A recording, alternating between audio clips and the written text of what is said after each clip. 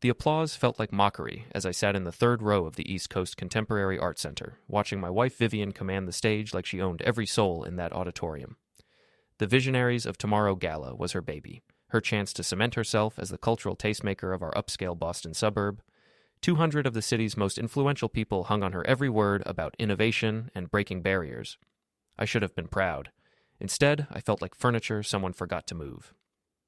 "Tonight," Vivian announced, her voice carrying that theatrical projection she'd perfected during her gallery director years, "we celebrate those who dare to reimagine our world, who refuse to be held back by outdated thinking." She wore the black designer dress I'd bought her for our anniversary last year, back when she still pretended to love me. "But first, I want to acknowledge someone special." Her eyes found mine across the crowd, and for a moment, hope flickered in my chest. Maybe tonight would be different. Maybe she'd remember we were supposed to be partners. My husband Eliot has been supportive of my work, but sometimes we must leave the past behind to embrace the future. The hope died faster than it had been born.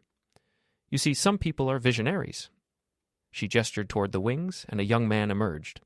Tall, lean, wearing an expensive suit that probably cost more than my monthly consulting fees. Theo March. I knew him from Vivian's endless chatter about emerging digital artists and revolutionary creative minds. "And some people," Vivian continued, her smile sharp enough to cut glass, "are just old relics." The crowd chuckled. A few people glanced my way with pity that made my skin crawl. Then she kissed him. Right there on stage, in front of everyone, cameras flashing like lightning strikes. Vivian pressed her lips against Theo's while 200 people watched my marriage explode in real time. The applause was deafening. I sat frozen, my consultant's brain automatically calculating damage control while my heart hammered against my ribs. Mrs. Blair, our elderly neighbor, caught my eye from across the aisle. Her expression was pure horror mixed with the kind of fascination people get watching car accidents. The kiss lasted maybe 5 seconds, long enough for every phone in the auditorium to capture it, long enough for my entire life to crumble. "Ladies and gentlemen," Vivian announced, still holding Theo's hand, "the future of art in our community." I stood up. Every eye in the place turned to me, waiting to see how the old relic would handle his public execution. Part of me wanted to scream, to make a scene, to give them the drama they were clearly expecting. Instead, I smiled and started clapping. "Wonderful presentation, dear," I called out, my voice carrying the same theatrical projection she'd used. "Very illuminating." Then I walked out, taking my time, nodding politely to people I recognized. Let them wonder. Let them whisper. Let them think whatever they wanted about Eliot Vaughn, the man who'd just been replaced on stage like a broken prop. But as I pushed through the lobby doors into the cool evening air, I heard Vivian's voice carrying from the Greenroom area. She was talking to Sonya Bell, her best friend and the event's PR coordinator. "He's nothing now, just a safe fallback," Vivian was saying. "After the divorce, I'll have everything. The house, the accounts, the reputation. Theo's the future." "What about Eliot?" Sonya asked. "What about him? He's a relic, remember? Relics belong in museums, not in my life." I stood there in the shadows, listening to my wife plan my destruction with the casual cruelty of someone discussing weekend plans.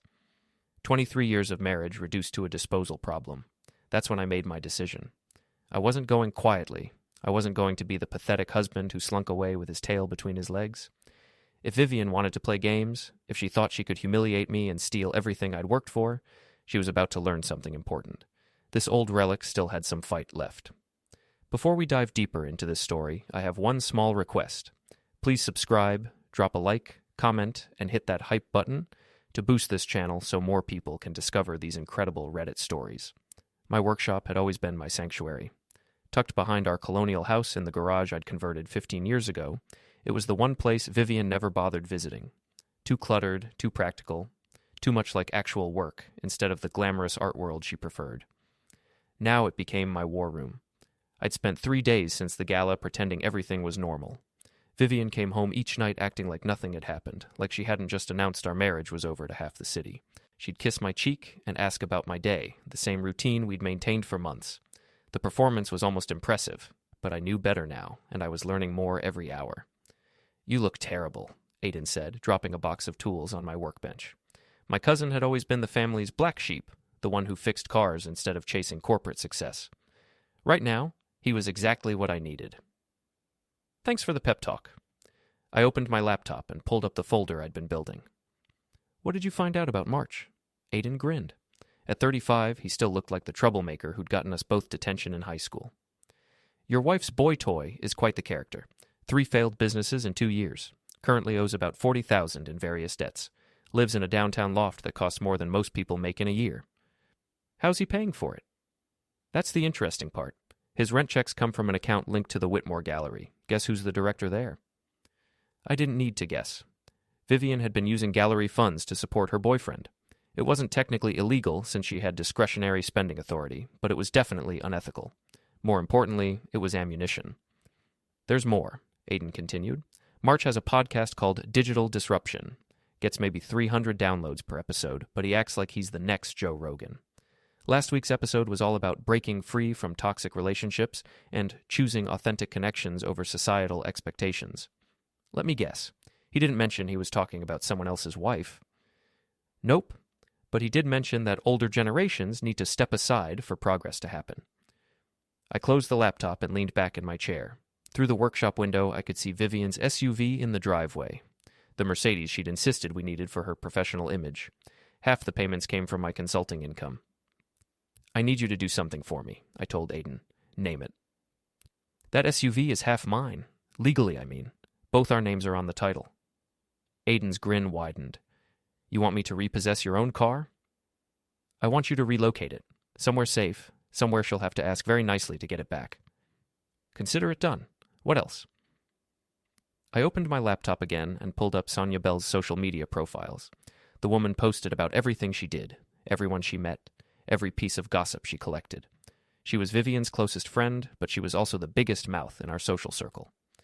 I need to have a conversation with Sonya, woman to woman, so to speak. Ugh, you want me to talk to her? No, I want to feed her exactly the right information and let her do what she does best. Aiden looked confused, so I explained. Sonya Bell collected secrets like some people collected stamps. She couldn't keep information to herself if her life depended on it, but she was also smart enough to protect her own interests when things got messy. If I can convince her that Vivian's planning something that might reflect badly on their whole social group, she'll turn faster than a weather vane in a tornado. What kind of something? I pulled up the financial records I'd been studying. Joint accounts, shared assets, the house deed, insurance policies. Everything Vivian thought she could claim in a divorce. Fraud, embezzlement, the kind of scandal that ruins everyone connected to it. Aiden whistled low. You're going to frame your own wife? I'm going to let people draw their own conclusions based on carefully selected facts. I closed the laptop again. There's a difference. If you say so, cousin, when do we start? Tonight. Vivian's having dinner with Sonya at that new place downtown, the one with the open seating where everyone can see everyone else. And you'll just happen to be there? I'll just happen to be there with some very interesting documents that I'll very carelessly leave where Sonya can see them. Aiden shook his head, but he was still grinning. You know, for a consultant, you're pretty devious. That's 23 years of marriage teaches you things. After Aiden left, I sat alone in the workshop, surrounded by the tools and projects that had kept me sane during the slow collapse of my marriage. Vivian thought I was just another middle-aged man clinging to relevance.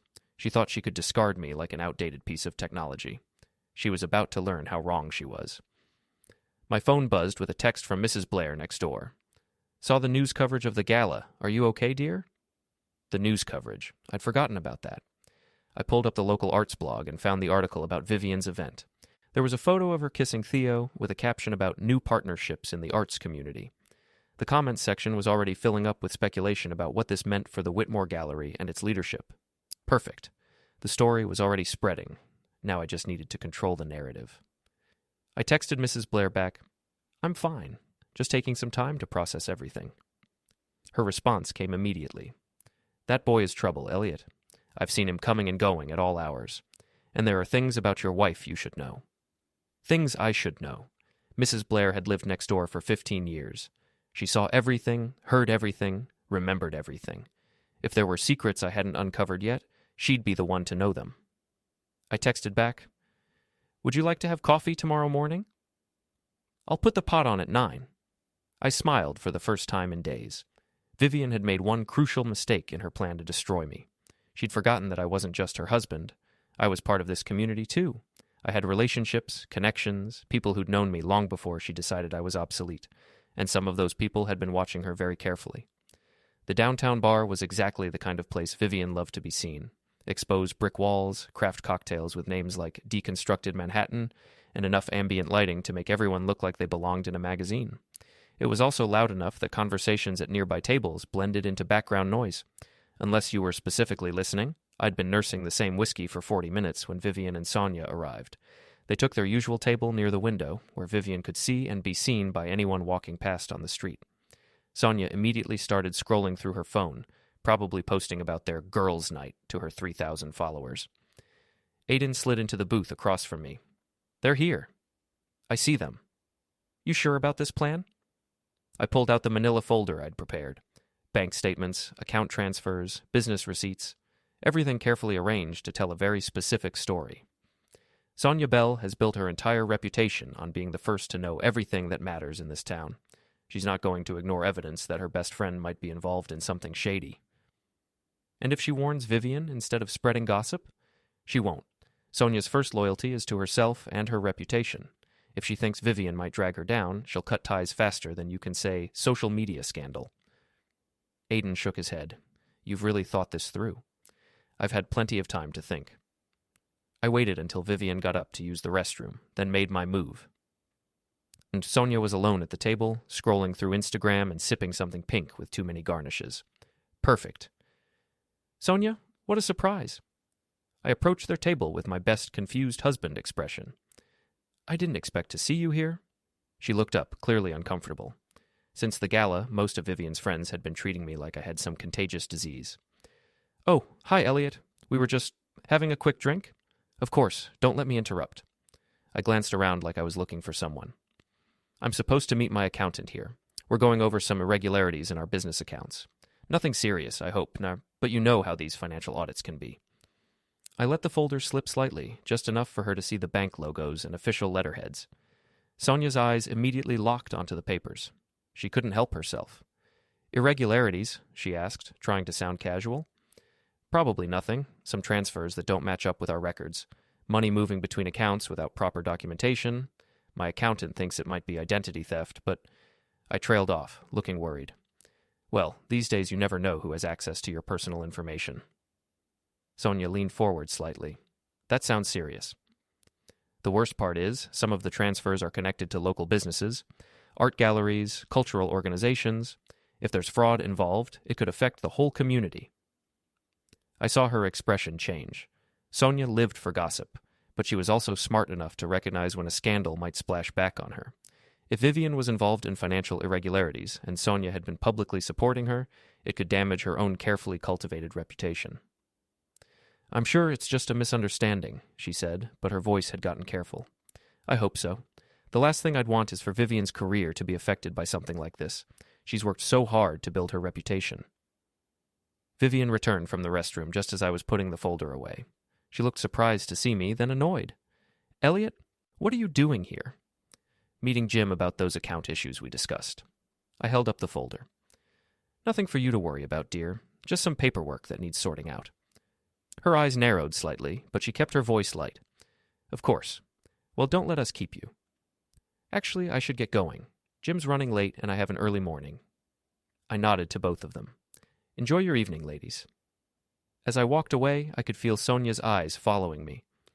By tomorrow morning, she'd have researched every public record she could find about Vivian's finances.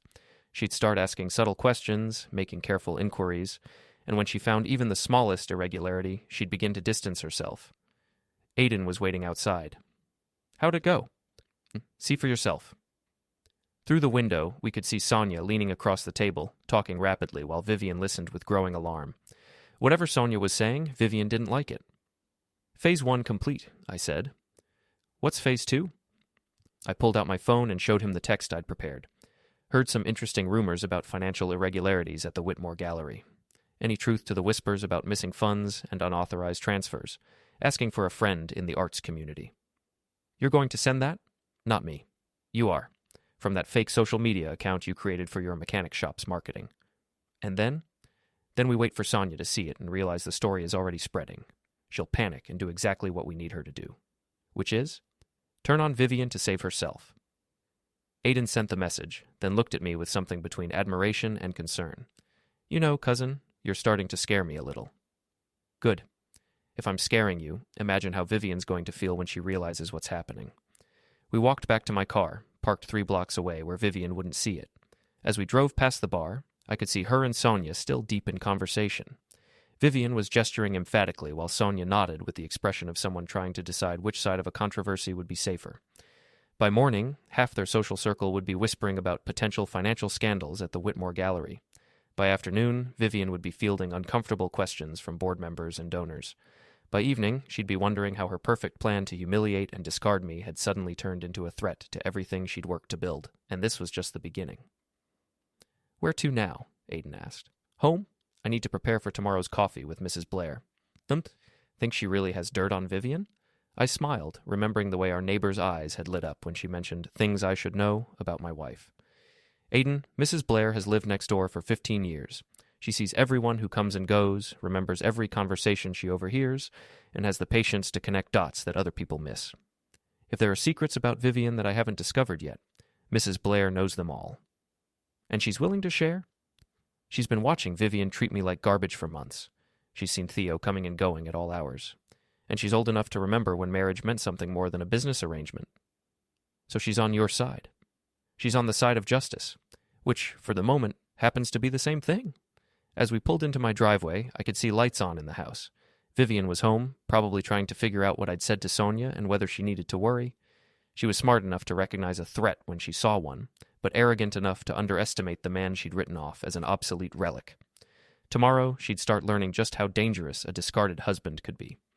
Mrs. Blair's kitchen smelled like cinnamon and coffee, the kind of comfortable domestic atmosphere that Vivian had systematically eliminated from our house in favor of what she called clean lines and sophisticated minimalism.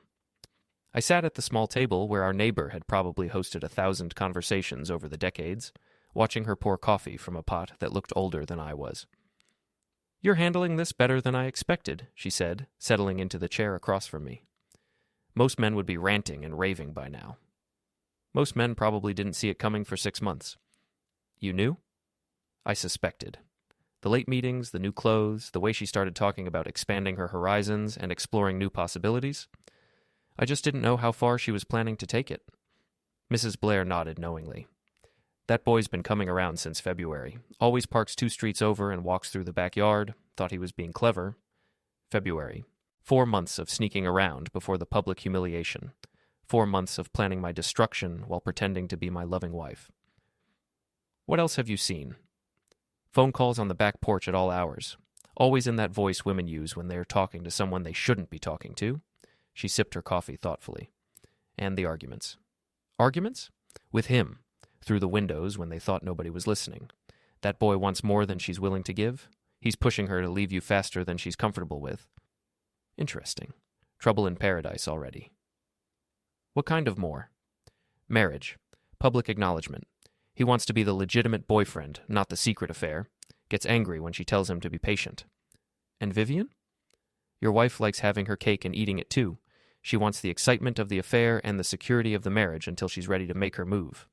I thought about the financial records I'd been studying, the careful way Vivian had been positioning assets and building her case for a favorable divorce settlement. She wasn't just cheating, she was strategically planning her exit to maximize her advantage. There's something else, Mrs. Blair continued. Something you need to know about that gallery of hers. What about it? The board's been asking questions. I know because Margaret Henley is on the board, and she tells me everything. Mrs. Blair leaned forward conspiratorially. There have been some expensive purchases lately. Art pieces, equipment, consulting fees, all approved by Vivian, but some of the board members think the money could have been better spent. How expensive? Expensive enough that they're planning to bring in an outside auditor next month. Perfect. The timing couldn't be better. If Sonya's gossip network was already spreading rumors about financial irregularities, an official audit would send Vivian into full panic mode. Margaret also mentioned something interesting about your wife's new boyfriend, Mrs. Blair continued. Seems his art isn't selling quite as well as he claims. The gallery's been buying his pieces directly, then listing them as sold to private collectors.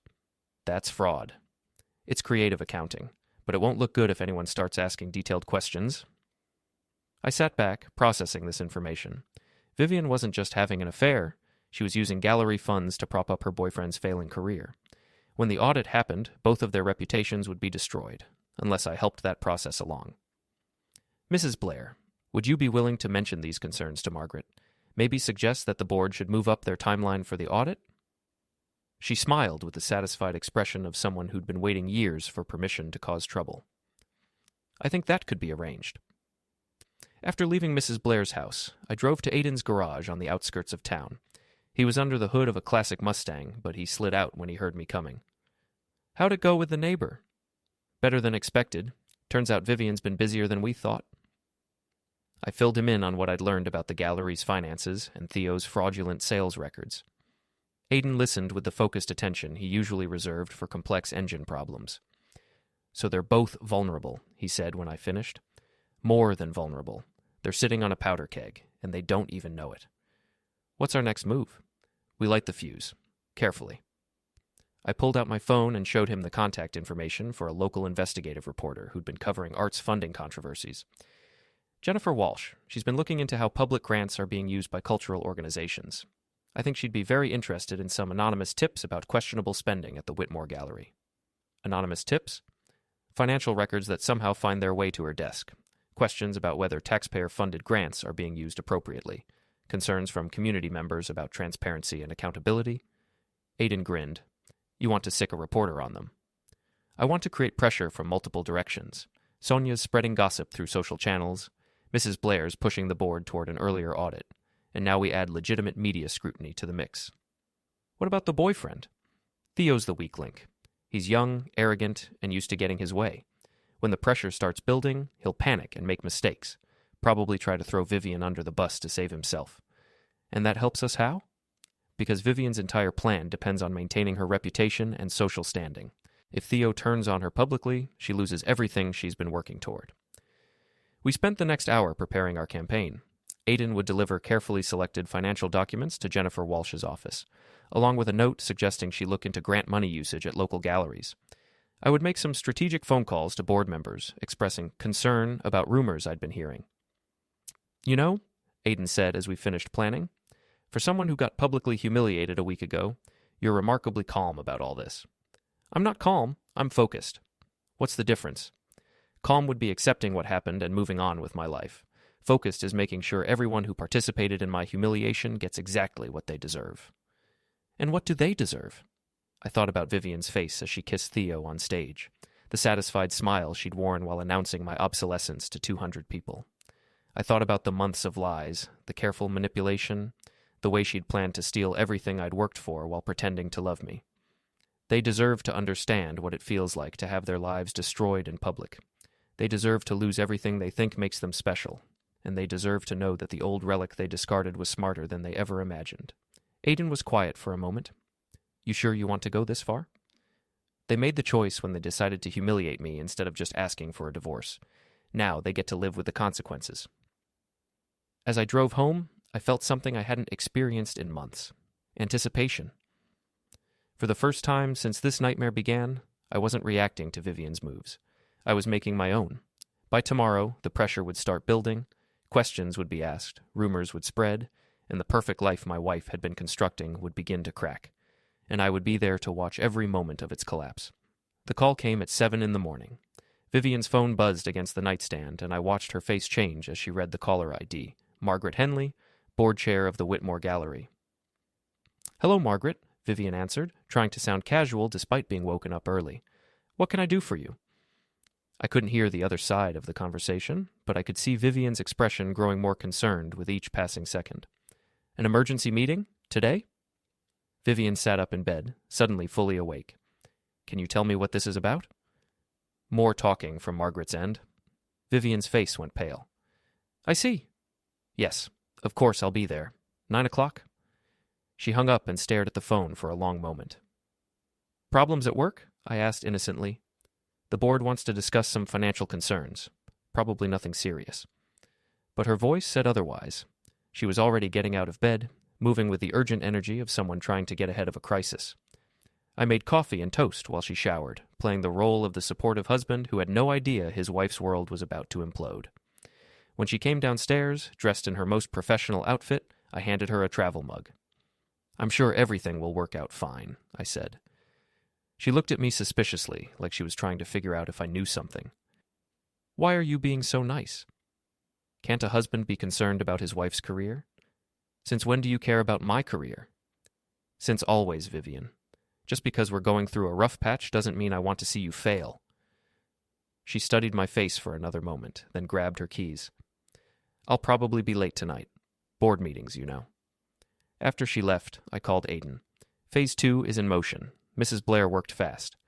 What's Phase 2 again?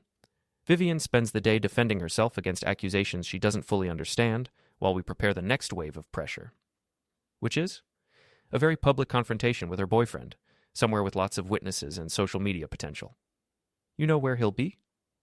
Theo March is a creature of habit. Every Thursday at 11, he holds court at that trendy coffee place downtown, posts about it constantly on his social media.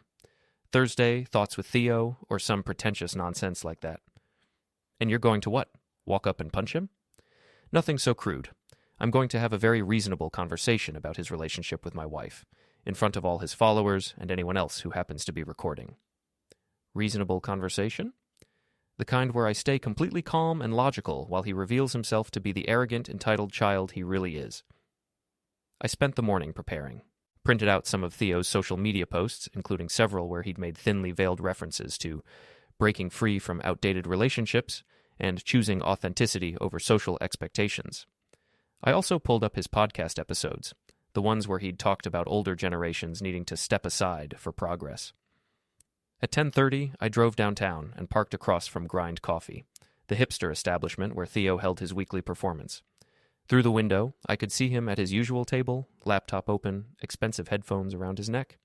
He was talking to a small group of 20-somethings who hung on his every word like he was dispensing profound wisdom instead of recycled self-help platitudes. Perfect audience. I walked in and ordered a simple black coffee, then approached his table. The conversation stopped as I got closer. Theo March? I said pleasantly. I'm Eliot Vaughn, Vivian's husband. His face went through several expressions in rapid succession. Surprise, guilt, defiance, and finally a kind of smug confidence that made me want to wipe it off with my fist. Oh, hi. He didn't stand up or offer to shake hands. This is unexpected. I was hoping we could have a conversation, man to man. The young people at his table looked fascinated. A couple of them had their phones out, probably already recording. This was exactly what I'd hoped for. I'm kind of in the middle of something, Theo said, gesturing to his audience. This won't take long. I just wanted to understand your perspective on authentic relationships and choosing truth over social expectations. His eyes narrowed slightly. He recognized his own words being quoted back at him. I believe in being honest about what you want, he said carefully. That's admirable. So when you started sleeping with my wife, you were being honest about wanting a married woman? Gasps from his audience. Phone's definitely recording now. Theo's face flushed red. I don't think this is the appropriate place for this conversation. Really? Because according to your podcast, public spaces are perfect for challenging outdated social norms. Isn't that what you said last week? Look, man, I don't know what you think you know.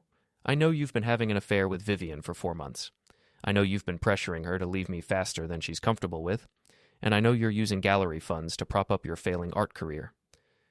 The color drained from his face. That's not... You can't prove... Actually, I can. Financial records are surprisingly detailed these days, especially when someone's using taxpayer-funded grants to buy overpriced digital art from their girlfriend's boyfriend. One of the young women at the table whispered, "Oh my God, is this really happening?" Theo stood up abruptly, knocking over his chair. "You need to leave. Now." "Why? I thought you believed in authentic conversation, in breaking down barriers and challenging conventional thinking. This is harassment. This is honesty, the kind you claim to value so much." I pulled out my phone and opened his Instagram account, then started reading from his most recent post. Quote, "Sometimes we have to hurt people's feelings to live our truth. The older generation's attachment to outdated concepts like loyalty and commitment is holding back human progress." End quote. Stop. That's interesting philosophy from someone who's been sneaking around behind my back for 4 months. Theo looked around desperately, realizing that his usual audience had turned into witnesses to his humiliation. Several people were openly recording now, and I could see the excitement in their eyes. This was the kind of drama that went viral. "You want to know the truth?" Theo said, his voice getting louder.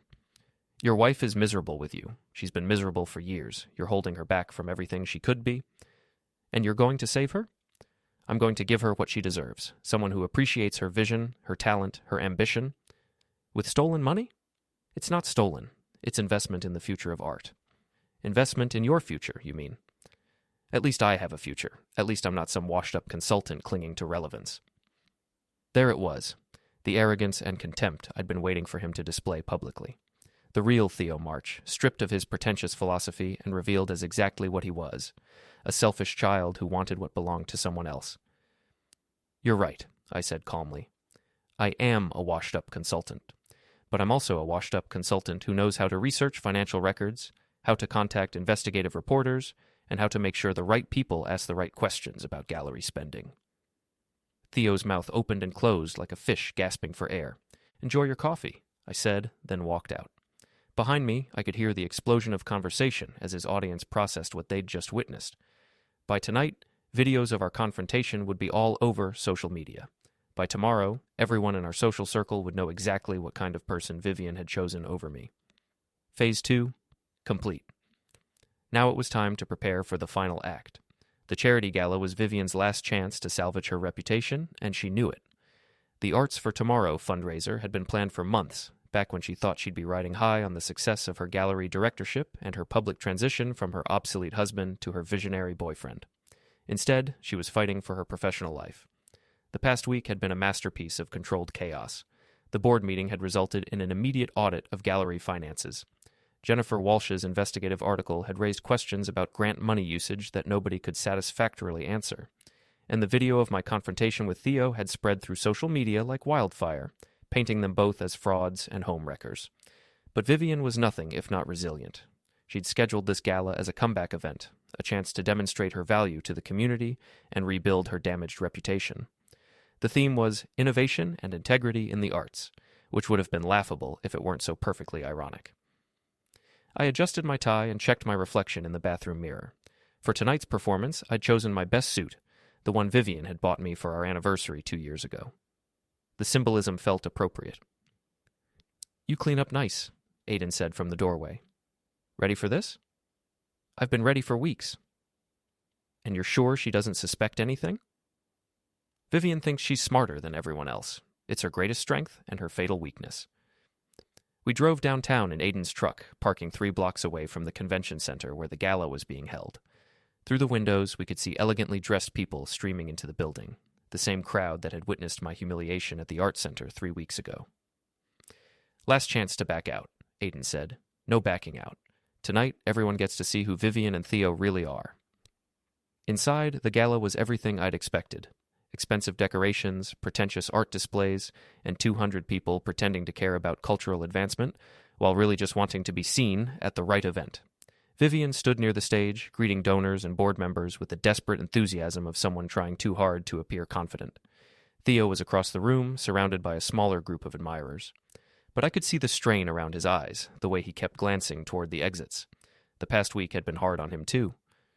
Eliot! Sonya Bell appeared at my elbow, her smile bright and completely fake. I'm so surprised to see you here. Wouldn't miss it. I've always supported the arts. Of course. How are you handling everything? Everything? The situation with Vivian, the rumors, the media attention. I could see the calculation in her eyes. Sonya was trying to figure out which side of this mess would be safer for her reputation. The fact that she was talking to me at all meant she'd already decided Vivian was a liability. I'm handling it fine, I said. Truth has a way of coming out, doesn't it? It certainly does. She glanced around nervously. I hope you know that I never supported what happened at the art center. That was completely inappropriate.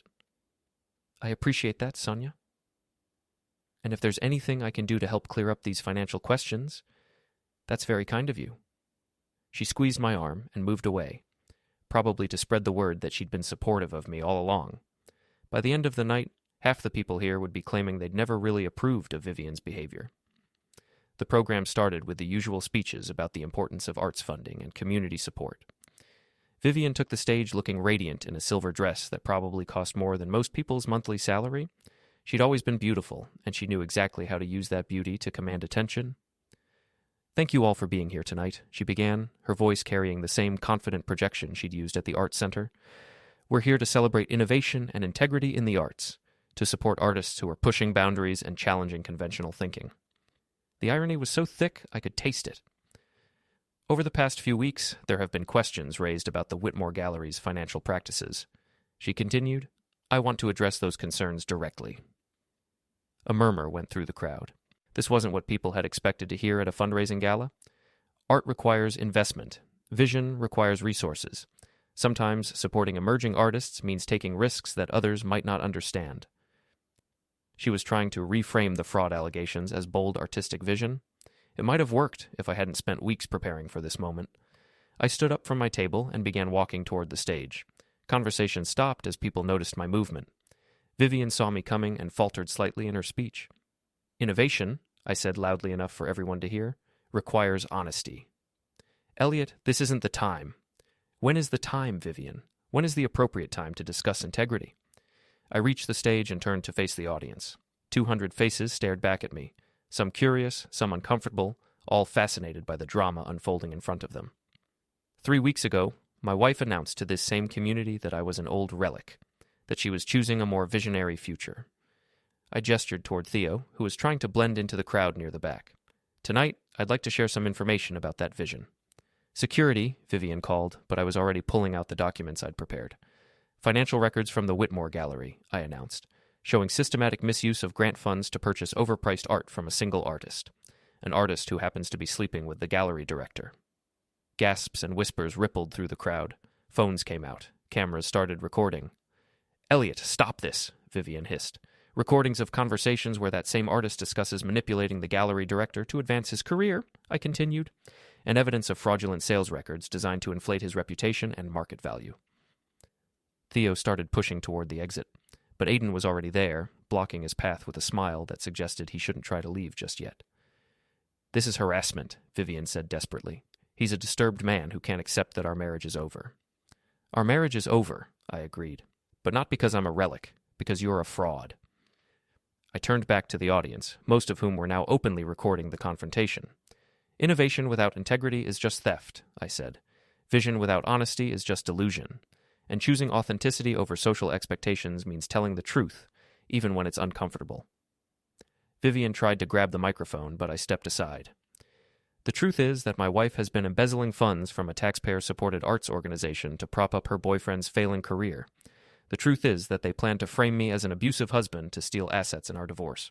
And the truth is that everything you've heard about their visionary partnership is a lie designed to cover up fraud and adultery. That's not true, Theo shouted from across the room, finally finding his voice. She promised me. What did she promise you, Theo? I called back. That she'd leave her husband? That she'd use gallery money to make you famous? That you'd build a life together on stolen funds and lies? Theo's face went red. You don't understand what we have, what we're building together. I understand perfectly. You're building nothing. You're just taking what belongs to other people and calling it vision. Vivian made one last desperate attempt to regain control. He's lying, she announced to the crowd. He's a bitter man who can't accept that I've outgrown him. Then let's ask the auditors, I suggested. Let's ask the reporters. Let's ask everyone who's been investigating your financial practices for the past 2 weeks. The room fell silent, except for the sound of camera phones recording every word. You want to know what a real relic looks like? I continued. It's someone who believes in honesty, loyalty, and earning what you get through hard work instead of manipulation. If that makes me obsolete, I'll wear that label proudly. I walked off the stage, leaving Vivian standing alone under the lights, her silver dress suddenly looking less like armor and more like a costume she could no longer pull off. The crowd began to disperse, conversations exploding as people processed what they'd just witnessed. Some gathered around Vivian, trying to get her side of the story. Others approached me, offering support or asking questions. But I was already heading for the exit, my work finally complete. Outside, Aiden was waiting by his truck. Well, that was something. That was justice. Think it worked? I pulled out my phone and checked social media. Videos of the confrontation were already being shared, comments pouring in, news outlets picking up the story. By tomorrow, everyone in the city would know exactly what Vivian and Theo had done. It worked. We drove home in comfortable silence, past the house where I'd lived for 23 years, where I'd built a life that someone else had tried to steal. The lights were on, but I knew Vivian wouldn't be coming home tonight. Probably not any night. That was fine with me. I had work to do, a reputation to rebuild, and a future to create on my own terms. The old relic had found his purpose again, and this time nobody would be able to take it away.